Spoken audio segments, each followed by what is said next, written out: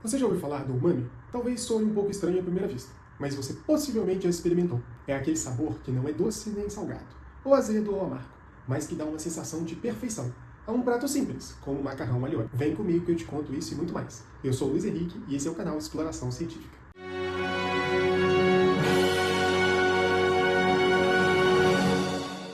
O umami é conhecido como o quinto sabor, e apesar de ser familiar às nossas papilas gustativas, ele só foi identificado oficialmente no início do século XX, e mesmo assim até hoje não é muito divulgado.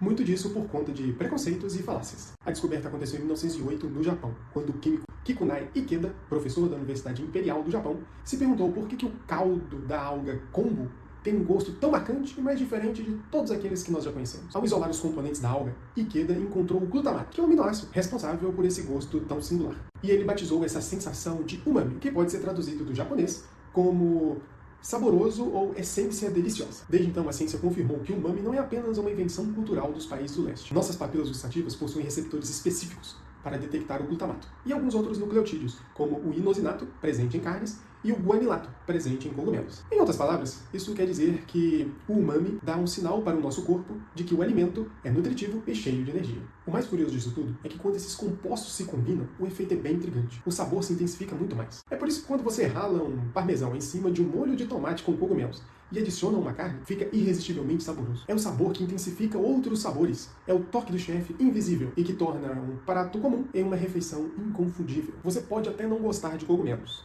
Beleza.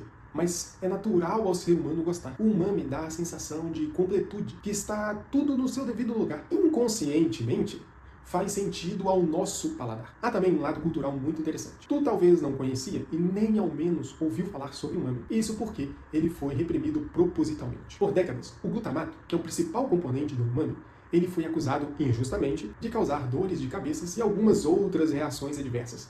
Isso ficou conhecido como síndrome do restaurante chinês. Estudos posteriores demonstraram que o composto é sim seguro para o consumo e que a má fama nasceu nada mais do que preconceitos culturais, do que realmente evidências concretas. E nós podemos realmente ingerir o glutamato? Na verdade, toda essa repercussão se deu por conta do glutamato monossódico, que é a versão industrializada do umami. Nessa versão, na do tempero, é adicionado uma molécula de sódio à sua composição.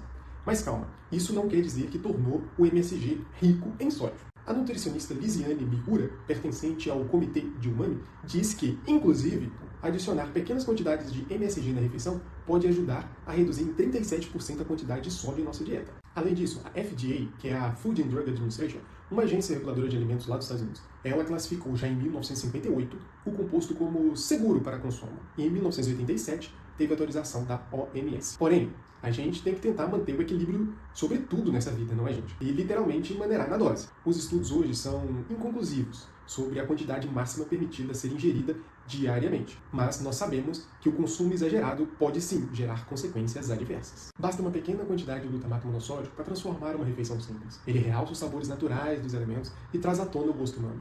Um sabor marcante e duradouro, que permanece mesmo após a última garfada. E essa persistência agradável é uma das marcas mais fascinantes do umami, e um dos motivos pelos quais ele transforma a nossa experiência de comer.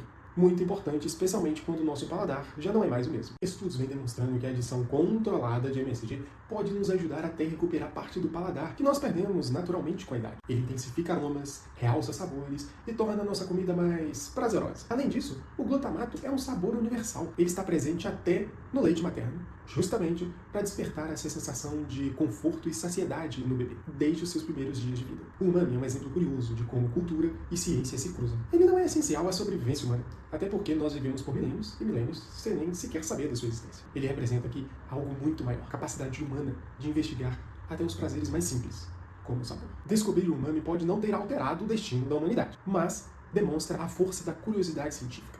É a prova de que a ciência não serve apenas para as grandes evoluções tecnológicas, mas também para explicar os pequenos deleites do nosso dia, como aquele prato que após a primeira garfada nos faz fechar os olhos e dizer: nossa, isso aqui tá muito bom. Espero que tenham gostado desse vídeo tanto quanto eu gostei de fazer. Se ficou interessado sobre o assunto, deixei aqui na descrição alguns outros textos. Muito obrigado por assistir até aqui e eu te vejo numa próxima. Tchau!